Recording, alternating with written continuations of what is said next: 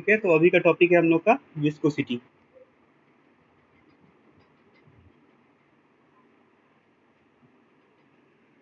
आप लोग देखते होंगे कि जो कोई भी फ्लूइड होता है वो जब ज़मीन पे गिरता है ना?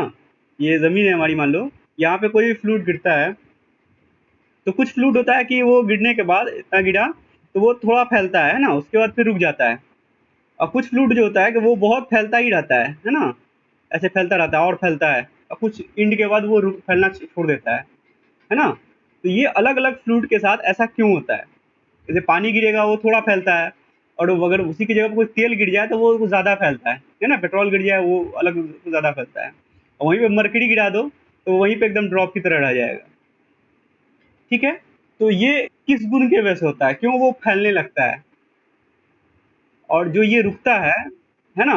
वो जो ये रुकता है तो वो क्यों रुकता है, आखिर उसके अंदर क्या गुण होता है कि वो फैलता ही क्यों नहीं चला जाता है इनफाइनाइट तक? कोई भी फ्लूइड जो है वो फैलने वाला भी होता है, वो कुछ एंड तक फैलता है, उसका फिर रुक जाता है। तो वो किस गुण की वजह से होता है? नहीं, नहीं, वो विस्कोसिटी की वजह से होता है, सरफेस टेंशन अलग चीज़ होता है, वो विस्कोसिटी की वजह से होता है। कोई भी ये जो फ्लूइड है, ये इतना बड़ा गिरा अगर, तो इसका जो ये जैसे ही फैलना चाहेगा, तो इसका जो नीचे वाला लेयर होता है, मान लो कि ये लेयर जो है, ऊपर वाले लेयर को जो ये फैलना चाह रहा है, इधर से ऐसे गिर के ऐसे इधर आना चाह रहा है या इधर आना चाह रहा है, तो वो रोकता है, उसको फ्लो नहीं होने देना चाहता है। तो ये रोकने का जो उसका अपना ताकत है, जितना ज़्यादा होगा फ्लूइड का अपना, मटेरियल का ताकत जितना ज़्यादा होगा, उतना फैलने नहीं देगा। जिस फ्लूइड के पास ये रोकने का ताकत जो होता है, इसको फ्लो करने से रेसिस्टेंस देने का ताकत, कि इसके ऊपर इसको ये फ्लो ही नहीं होने देगा, नहीं इधर जाने देगा, है ना? तो जितना उसके पास ज़्यादा होगा, वो फ्लूइड उतना कम बहेगा, या जिसके पास जितना कम होगा, वो फ्लूइड बहुत बहेगा, बहुत फैलता है ना? तो ये रेसिस्टेंस देने का जो ताकत होता है, वही विस्कोसिटी कहलाता है। ठीक है? तो वो विस्कोसिटी के अनुसार जो लेस विस्कस चीज़ होता है वो ज़्यादा फैलता है, और जिसके अंदर विस्कोसिटी ज़्यादा होता है वो कम फैलता है। ठीक है? तो इसके लिए न्यूटन ने एक एक्सपेरिमेंट किया, तो उन्होंने पाया कि शियर स्ट्रेस जो होता है, ये देखो, ये जो चीज़ है ना, ये ऊपर वाला लेयर जो ये इसके ऊपर से फ्लो करना चाह रहा था, उधर होना चाह रहा था, इसने रोका। तो इसने कैसे रोका होगा? इसने यहाँ पे शियर स्ट्रेस लगाया होगा कि आप हमारे ऊपर से शियर नहीं कीजिए। आप लोग शियर, टेंसाइल और कंप्रेशन ये सब जानते होंगे, है ना? कोई भी अगर मटेरियल है, अगर ऐसे इसको दबाओगे तो क्या होगा, इसके अंदर कंप्रेशन होगा, और ये जो स्ट्रेस डेवलप करेगा इसको रोकने के लिए, तो वो कंप्रेसिव स्ट्रेस इसके अंदर डेवलप होगा, है ना? फिर इसको अगर ऐसे कोई खींचना चाहोगे तो इसके अंदर टेंसाइल स्ट्रेस डेवलप होगा।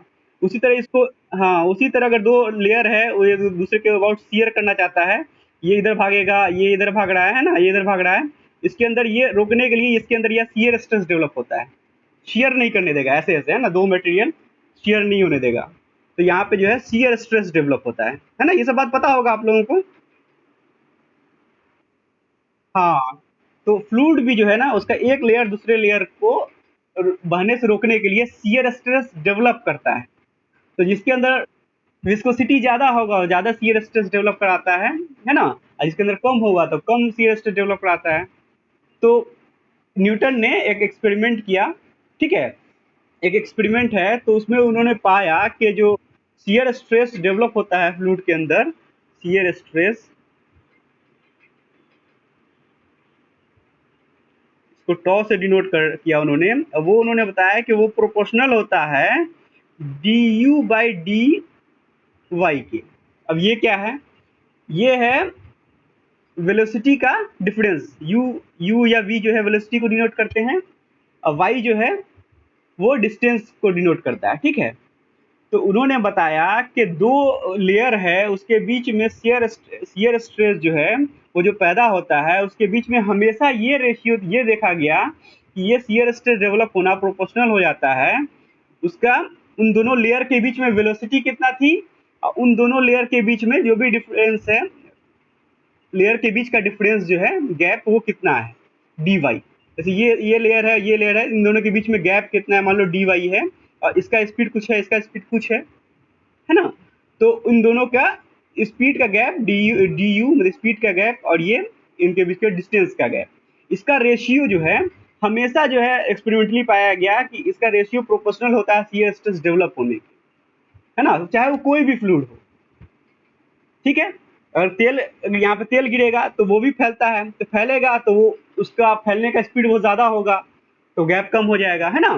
तो इस तरह से, या कोई और अदर चीज़ है, फैलने का स्पीड कम है तो गैप ज़्यादा है, तो इस तरह से उन्होंने देखा कि ये जो है, ये जो ये काम हमेशा कर रहा है, ये प्रोपोर्शनलिटी हमेशा रह रही है।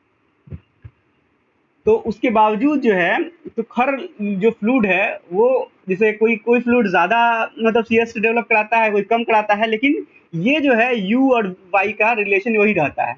तो उन्होंने इस प्रोपोर्शन को ख़त्म किया, तो उन्होंने ये पाया कि टॉ इक्वल टू हो जाता है, कोई भी प्रोपोर्शन को ख़त्म करें तो प्रोपोर्शनलिटी कांस्टेंट आ जाता है, तो आ जाता है mu D U by D Y. अभी सुनते जाओ, थोड़ा सा ये लगेगा। तो ये जो म्यू है ना, ये जो कांस्टेंट आया, ये किसी फ्लूइड के मटेरियल का कांस्टेंट है, ये उसके कितना मटेरियल गिरा है, उस कैसे भागा, कितना भागा, स्पीड, इन सब का डिपेंडेंट नहीं है, ये किसी भी मटेरियल का अपना कांस्टेंट है। जैसे किसी कोई भी मटेरियल का इलास्टिक होता है ना, यंग्स मॉडुलस, शेयर मॉडुलस, ये मटेरियल का प्रॉपर्टी होता है। उसी तरह ये जो है, ये जो कांस्टेंट है, इसको बोलते हैं कोएफिशिएंट ऑफ डायनामिक विस्कोसिटी, है ना? कोएफिशिएंट ऑफ डायनामिक विस्कोसिटी, और इसको सिंपली विस्कोसिटी भी इसी को बोला जाता है।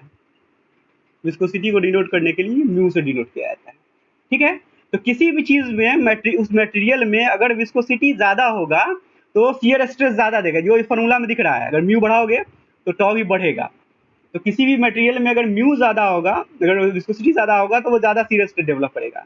लेकिन ये चीज भी, उसमें ये रिलेशन भी रहेगा। तो ये जो है उसका वहाँ पे फिजिकल ये हो गया कि मतलब कितना ज्यादा मटेरियल गिरा है, लेयर के बीच में गैप कितना है, स्पीड का गैप कितना है। तो ये चीज जो है वो वहाँ पे सिचुएशनल होगा, लेकिन ये जो है इसका मटेरियल प्रॉपर्टी। ठीक है ना? जैसे कोई भी ऐसे ग्राउंड पे इतना अमाउंट में आप ये गिरा है, मतलब कोई भी फ्लूइड गिरा, तो यहाँ पे इस जगह पे वेलोसिटी तो जमीन में सट जाता है, तो यहाँ पे वेलोसिटी जीरो होता है, यहाँ वाला वेलोसिटी बहुत होता है। मान लो कि यहाँ पे वेलोसिटी जीरो, यहाँ पे वेलोसिटी वी, है ना? तो इन दो के बीच का जो शियर स्ट्रेस होगा, ये जो शियर स्ट्रेस डेवलप होगा उसके बीच में, तो वो होगा V minus zero divide by D U, जो हो जाएगा वी माइनस जीरो हो जाएगा। और इनके बीच में गैप कितना है? मान लो कि ये गैप जो है कुछ भी हुआ, वाई हो गया मान लो, तो v बाई वाई जो होगा ये D U by D Y होगा, है ना? इस चीज को समझने के लिए समझा रहे हैं। यहाँ पे मान लो वेलोसिटी जीरो, यहाँ पे वेलोसिटी वाई, और इन दोनों लेयर के बीच का गैप है वाई, तो D U by D Y हो जाएगा v minus zero by Y. ठीक है? तो ये चीज तो हुआ कि आपने इतना फ्लूइड वहां पर गिराया या जो भी हुआ, तो ये वो आपने किया, लेकिन ये जो म्यू है ये उस फ्लूइड का अपना प्रॉपर्टी है। ठीक है ना? जो ये दिखाएगा ही दिखाएगा। तो उन्होंने ये एक्सपेरिमेंट किया, उसमें ये चीज़ पाया, और इस प्रोपोर्शन को पाया, और इसको जब खत्म किया उन्होंने, तो ये म्यू आया, जो किसी खास फ्लूइड के लिए एकदम फिक्स रहता है हमेशा, वो कांस्टेंट है। किसी खास फ्लूइड के लिए ये कांस्टेंट है। अब बताइए इसमें कुछ मतलब कुछ बात अगर आ रहा है, कुछ क्वेश्चन दिमाग में, तो बताइए, फिर आगे की बात करेंगे। ये फॉर्मूला निकल के आया शियर स्ट्रेस का, इसमें mu D U by D Y.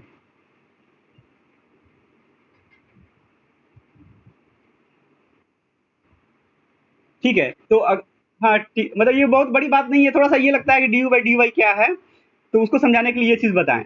अब जो ये म्यू है, ये कोफिशिएंट ऑफ डायनामिक विस्कोसिटी है, और ये जो D U by D Y जो है, इसको बोलते हैं वेलोसिटी ग्रेडियंट। Velocity gradient. ठीक है? वेलोसिटी पर मतलब यूनिट गैप ऑफ लेयर, है ना? तो ये चीज़ है वेलोसिटी ग्रेडियंट, इसका नाम दिया गया। दो लेयर के बीच की वेलोसिटी का डिफरेंस और दो लेयर के बीच का डिस्टेंस का डिफरेंस। ठीक है? तो इसको बोलेंगे वेलोसिटी ग्रेडियंट, और ये जो है कोफिशिएंट ऑफ डायनामिक विस्कोसिटी।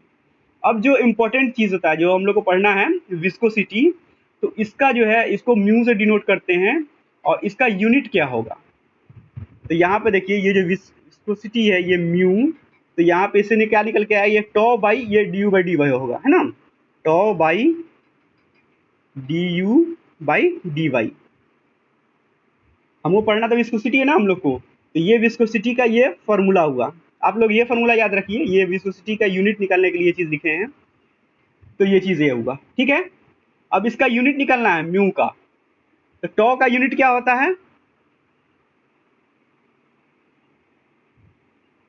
बताइए पुष्पांजलि? टॉ का क्या यूनिट होता है? शियर स्ट्रेस का,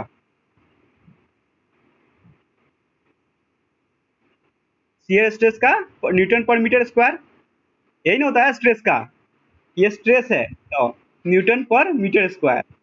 और डी यू मतलब वेलोसिटी, इसका क्या यूनिट होगा, मीटर पर सेकेंड, है ना।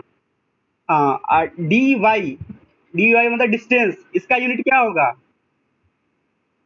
मीटर। तो मीटर पर सेकंड से मीटर है तो ये मीटर मीटर कट जाएगा, नीचे में बचे क्या बचेगा, 1/सेकेंड। ये 1/सेकेंड ऊपर में जाएगा तो ऊपर में सेकंड बटा वन हो जाएगा ना। तो ये न्यूटन बटा मीटर स्क्वायर गुना ये सेकंड बटा वन हो जाएगा। तो ये क्या बच के आया, न्यूटन सेकेंड पर मीटर स्क्वायर। ये बहुत आगे आपको मतलब काम आने वाला चीज है कि ये जो म्यू है ना, जिसको विस्कोसिटी बोलते हैं, इसका ये एक नया यूनिट, जिसे कैसे कोई चीज पढ़ते हो तो न्यूटन एक नया कभी आया रहा होगा कि एक नया यूनिट है ना, कभी पास्कल एक नया यूनिट लगा होगा। उसी तरह अब ये जो है म्यू, ये आपको एक नया यूनिट है जो आपको याद रखना है, उसका यूनिट हो जाएगा न्यूटन सेकेंड पर मीटर स्क्वायर। ठीक है, ये ऑब्जेक्टिव भी पूछता है बार बार कि क्या होता है इसका यूनिट, और ये आपको ध्यान में भी रखना है, न्यूटन सेकेंड पर मीटर स्क्वायर, ये विस्कोसिटी का यूनिट हो गया, है ना।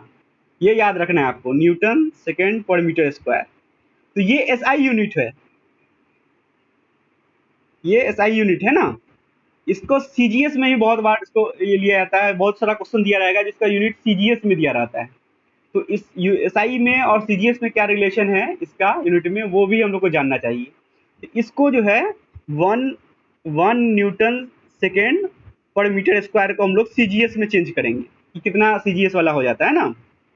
तो न्यूटन को सीजीएस में क्या बोलते हैं, डाइन। तो 1 न्यूटन कितना डाइन होता है,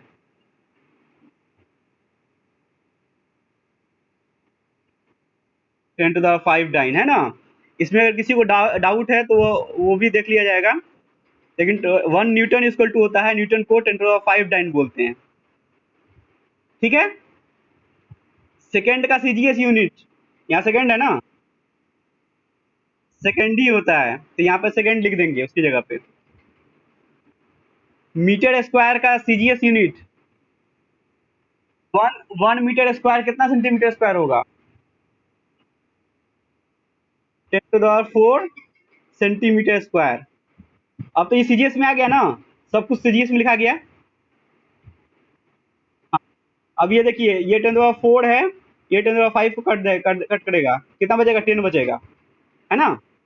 तो ये आ जाएगा 10 डाइन, हाँ डाइन सेकेंड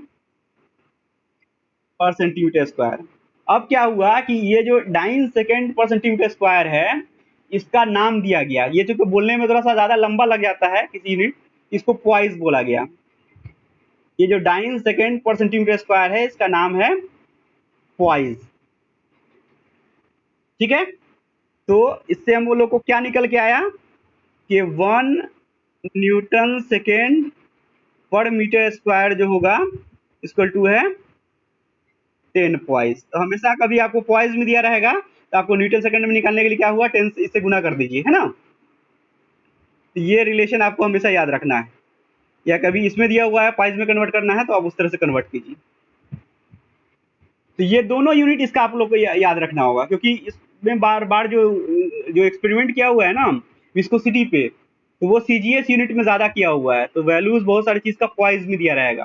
तो आपको ये कन्वर्ट करने आना चाहिए कि एक पॉइस है तो वो इतना न्यूटन सेकंड पर मीटर स्क्वायर होगा। ठीक है, इसमें कोई दिक्कत नहीं है इस कन्वर्जन में। हाँ हाँ, बोलिए बोलिए।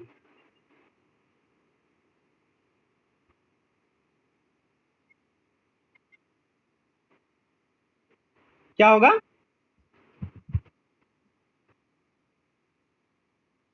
हाँ हाँ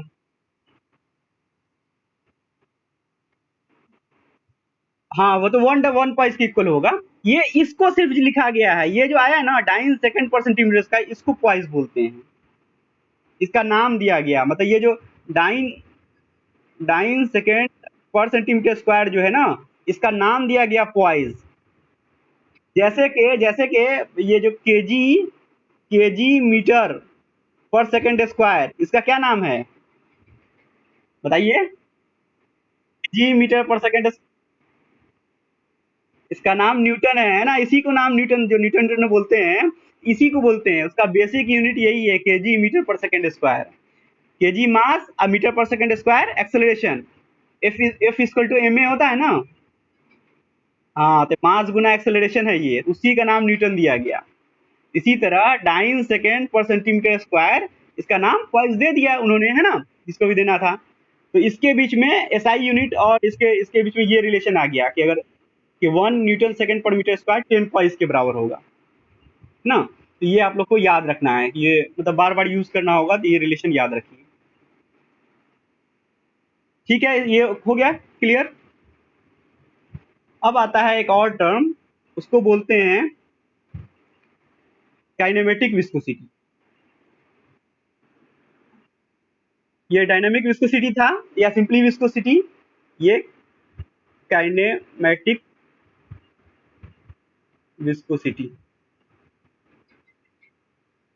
इसको इसको म्यू से डिनोट करते हैं, और इसको जो है न्यू से डिनोट करते हैं। ठीक है, काइनेटिक विस्कोसिटी ये इक्वल टू होता है mu by rho. Kinetic viscosity equal to होता है nu equal to mu by rho. यहाँ पे म्यू क्या है? डायनामिक विस्कोसिटी या सिंपली विस्कोसिटी, और रो क्या है? डेंसिटी है। इसका डिफिनीशन होगा ये viscosity by density, mass density या सिंपली डेंसिटी, है ना? अब आई, ये तो हो गया कि इसको बोलते हैं, इसको नाम दे दिया गया, म्यू बाई रो को नाम दे दिया गया कि न्यू है, इसको काइनेमेटिक विस्कोसिटी इसको बोला जाता है। ठीक है, अब इसका यूनिट है ना, अब इसका यूनिट की बात की जाए। म्यू का यूनिट क्या था? न्यूटन सेकेंड पर मीटर स्क्वायर। और जो है आपका ये रो, इसका यूनिट क्या है? केजी पर मीटर क्यूब। अब ये ऊपर में जाएगा तो ये न्यूटन सेकेंड इंटू सेकेंड है, इसको डॉट यहाँ लगा लिख रहे हैं, इसको कंफ्यूज बताना कि माइनस है, इंटू ये मीटर क्यूब ऊपर जाएगा, मीटर क्यूब डिवाइड बाई ये केजी होगा। तो ये मीटर स्क्वायर से मीटर क्यूब तो कट जाएगा। ठीक है, अब देखो ये केजी से कुछ कटने वाला नहीं दिख रहा है, लेकिन केजी से इधर ये न्यूटन वाला टर्म कटेगा, क्योंकि न्यूटन एक्चुअली में अभी जो नीचे लिखे हैं कि न्यूटन एक्चुअली में ये होता है केजी मीटर पर सेकेंड स्क्वायर, है ना? ये बात आप लोग सब बहुत पहले से पढ़ते हुए आए होंगे, है ना? हाँ, होप किसी को डाउट नहीं होगा इसमें। तो न्यूटन को हम लोग केजी के टर्म में लिख सकते हैं, तब केजी से केजी कट जाएगा। तो न्यूटन के जगह पर लिखेंगे हम लोग केजी मीटर पर सेकेंड स्क्वायर, है ना? और एक ये सेकेंड बचा ही हुआ है अभी, ये सिर्फ न्यूटन को लिखे हैं। सेकेंड तो यहाँ पे सेकेंड रहेगा ही, और ये जो मीटर है ये मीटर रहेगा ही, है ना? और यहाँ पे ये केजी है, वो है बचा हुआ, है ना? ये केजी से ये केजी कट जाएगा। ठीक है, ये सेकेंड, इस सेकेंड से ये इसका स्क्वायर कट जाएगा, तो बचा क्या? यहाँ पे मीटर बचा और एक मीटर है, तो मीटर स्क्वायर पर सेकेंड। तो इसका यूनिट जो होगा मीटर स्क्वायर पर सेकेंड में होगा। न्यू जो होगा, न्यू आपका इसका यूनिट हो जाएगा मीटर स्क्वायर पर सेकेंड। तो ये भी याद रखिए आप लोग, जैसे इसका याद रखते हैं न्यूटन सेकेंड पर मीटर स्क्वायर, इस तरह इसका मीटर स्क्वायर पर सेकेंड है। ठीक है, याद रहेगा? चलिए, अच्छी बात है। अब देखिए इसको भी जो है सीजीएस यूनिट में भी देखते हैं कि इसको सीजीएस यूनिट में कन्वर्ट करते हैं, वो फिर कितना आता है। मतलब कि वन मीटर स्क्वायर पर सेकेंड जो है, जो एसआई यूनिट में है, वो सीजीएस के कितना के बराबर होगा। इन सारे चीज को हम सीजीएस के टर्म में लिखते हैं। तो ये तो इजी है ना? तो ये जो है मीटर वन तो वन ही है, मीटर स्क्वायर कितना सेंटीमीटर स्क्वायर होगा? 10⁴। सीजीएस का मतलब सेंटीमीटर, ग्राम और सेकंड में लिखना है। और सेकंड किस सीजीएस में कितना होगा? सेकंड ही होता है ना? सेकंड ही होगा। तो और कुछ तो कन्वर्ट करना ही नहीं है। तो आ गया हम लोग को कि 1 × 10⁴ सेंटीमीटर स्क्वायर पर सेकेंड, है ना। तो 1 मीटर स्क्वायर पर सेकेंड जो होगा 10⁴ सेंटीमीटर पर स्क्वायर पर सेकेंड होगा ना। ये इजी रिलेशन आ गया कि एसआई यूनिट वाला जो होगा सीजीएस के 10⁴ टाइम होगा। अभी जो सेंटीमीटर स्क्वायर पर सेकेंड है, इसको क्या बोला गया है, इसका क्या नाम है बताइए, क्या नाम दिया गया इसका? स्टोक, है ना।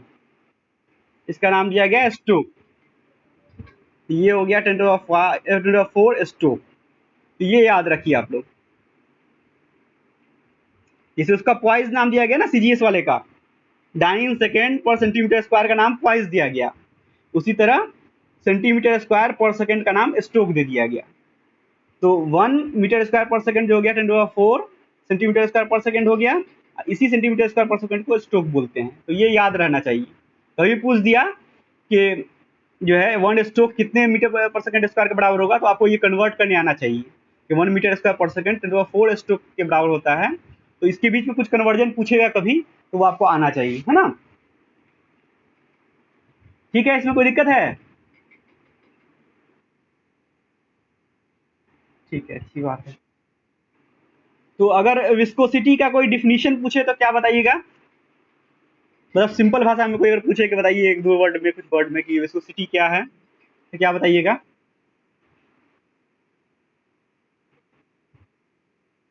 ये रेसिस्टेंस है, रेसिस्टेंस ऑफ फ्लो है ना। फ्लो करने से रेसिस्ट करता है, रेसिस्टेंस ऑफ फ्लो है। कोई पूछे किस चीज का, तो of one layer with the adjacent layer, है ना।